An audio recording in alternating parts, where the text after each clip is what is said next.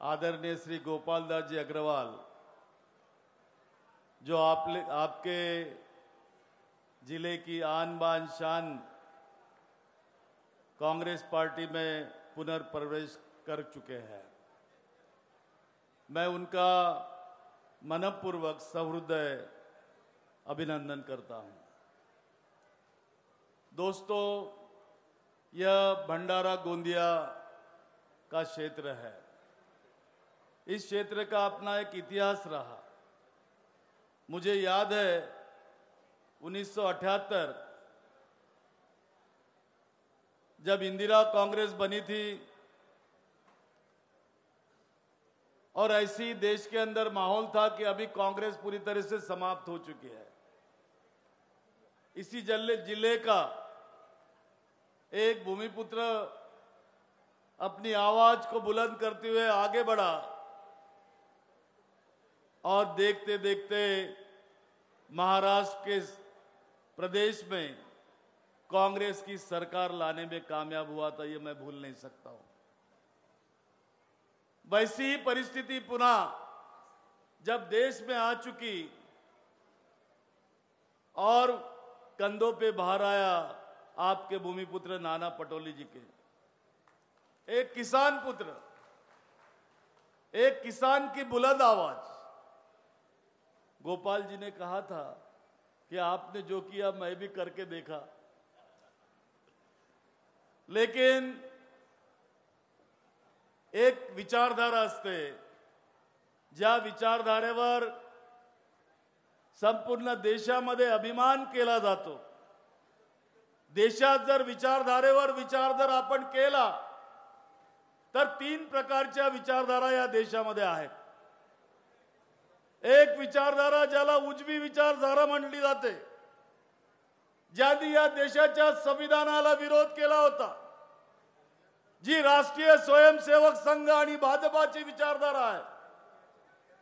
एक विचारधारा जी डावी विचारसरणी म्हटली जाते, ज्याला कम्युनिझम म्हटलं जातं। तर तिसरी जी सेंट्रिक विचारधारा आहे, ज्याला बुद्ध धम्मामध्ये मध्यम मार्ग म्हटला जातो, ती विचारधारा आहे भारतीय राज्यघटनेची, भारतीय संविधानाची, आणि तीच विचारधारा आहे काँग्रेस पक्षाची आणि राहुल गांधींची। हे विसरता कामा नये।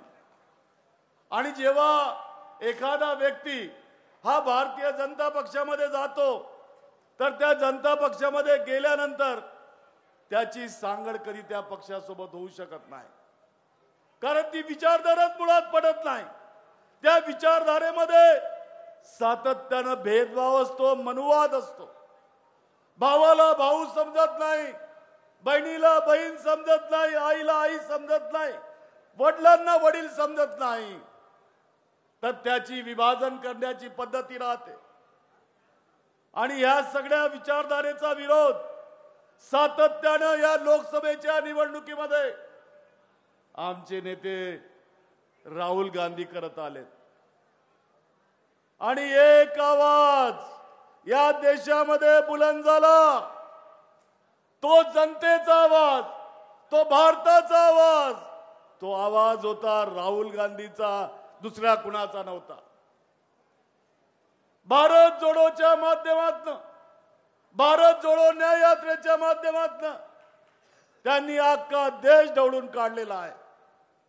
आणि या देशातले जे प्रश्न आहेत, जी भारतीय राज्यघटना या देशाला परमपूज्य डॉक्टर बाबासाहेब आंबेडकरांनी दिली, ज्यामध्ये स्वातंत्र्य, समता आणि बंधुत्व या त्रयीवर चालण्याचं काम काँग्रेस पक्षाने गेल्या अनेक वर्षात केलं, त्याला कुठेतरी छेद देण्याचं काम या भारतीय जनता पक्षाने या 10 वर्षामध्ये केलेलं आहे। काय केलं? दलिताला दलित समजले नाही, आदिवासीला आदिवासी समजले नाही, बहुजनाला बहुजन समजले नाही, तर त्यांचा सर्वनाश कसा करता येईल? आमच्या मुस्लिम बांधवांना सुद्धा यांनी सोडलं नाही।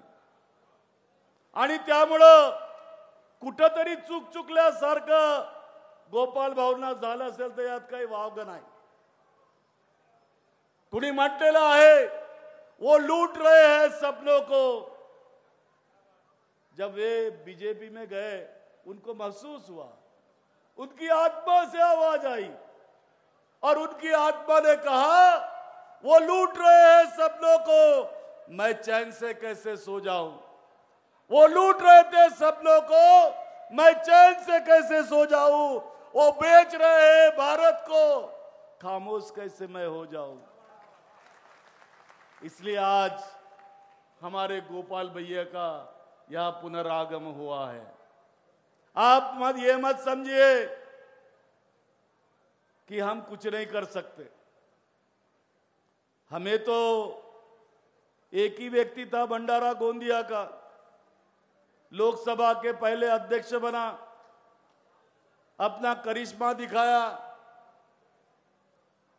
और उनके साथ कंधे से कंधा लगाने वाले रमेश चेन्नीथला जी केरला से महाराष्ट्र में आए। मराठीमध्ये म्हटलं जातं की एखाद्याचा पायगुण जर चांगला ठरला तर काय होऊ शकतं, तो 2024 ने लोकसभा में दिखा दिया है।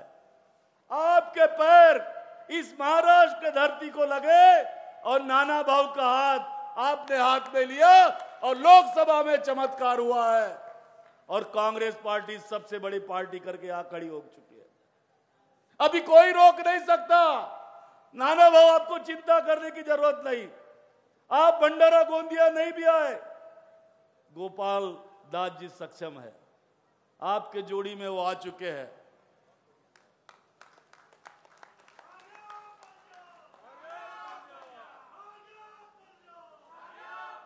आपके सांसद कह रहे थे कि 364 दिन हम बैल को खेतों में जुताते हैं, एक दिन उसकी पूजा करते हैं, लेकिन एक बैल से कुछ नहीं होता। जब तक जोड़ी नहीं रहेगी तब तक सिंचाई हो नहीं सकती। और आज जोड़ी बन चुकी है।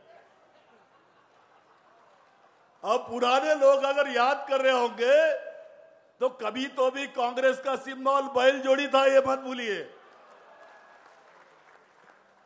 और जब जोड़ी ये 2 उंगलियों में बढ़ जाती है तो वी बनती है और वी का मतलब होता है विक्ट्री।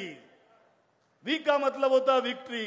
तो ये जोड़ी विक्ट्री लेकर आपके भंडारा गोंदिया में आए बगैर नहीं रहेंगी और अपना कांग्रेस का परचम पूरे महाराष्ट्र में आगे बढ़ाकर यहां पर महाविकास आघाड़ी की सरकार लाए बगैर नहीं रहेंगी। यह मैं आपको बता देना चाहता हूं। कुछ लोग होते हैं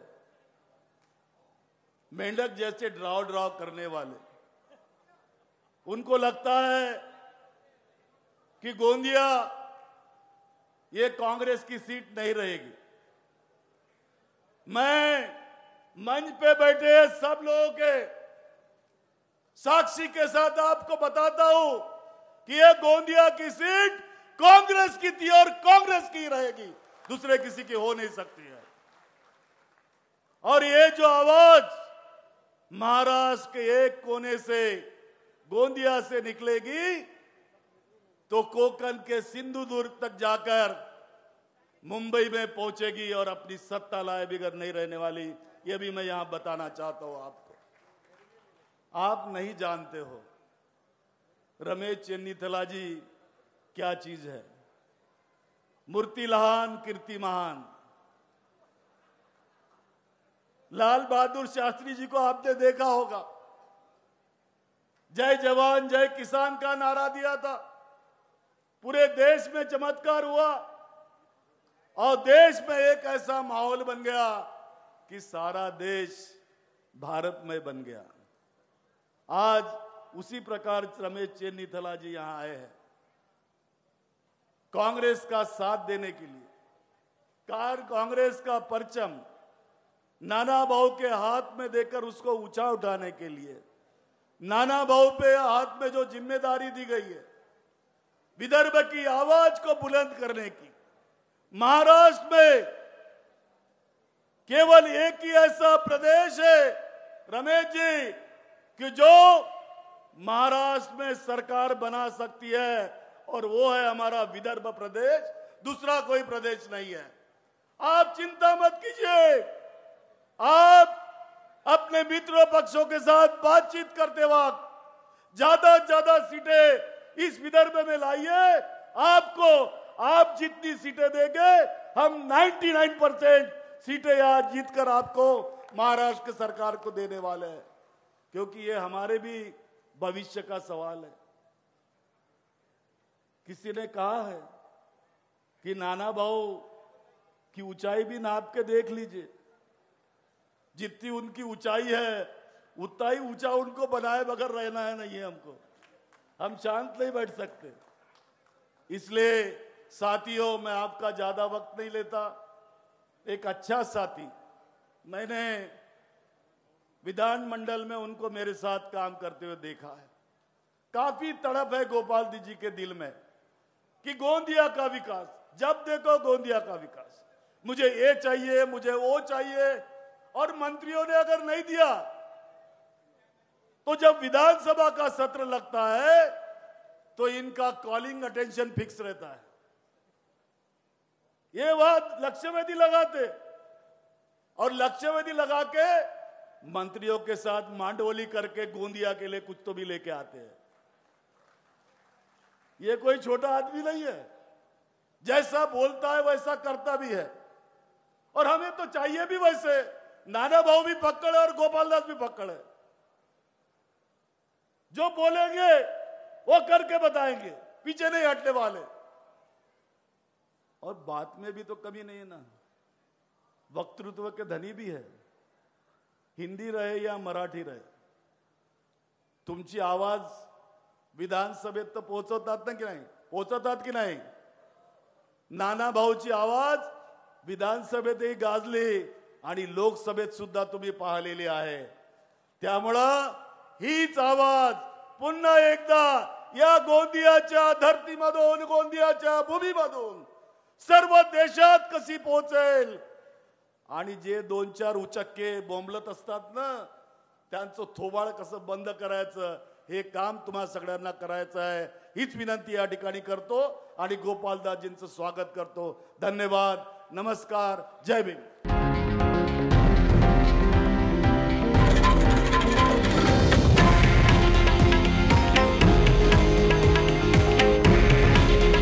हे आहे देशातील नंबर 1 न्यूज नेटवर्क आणि आपण पाहत आहात TV9 मराठी।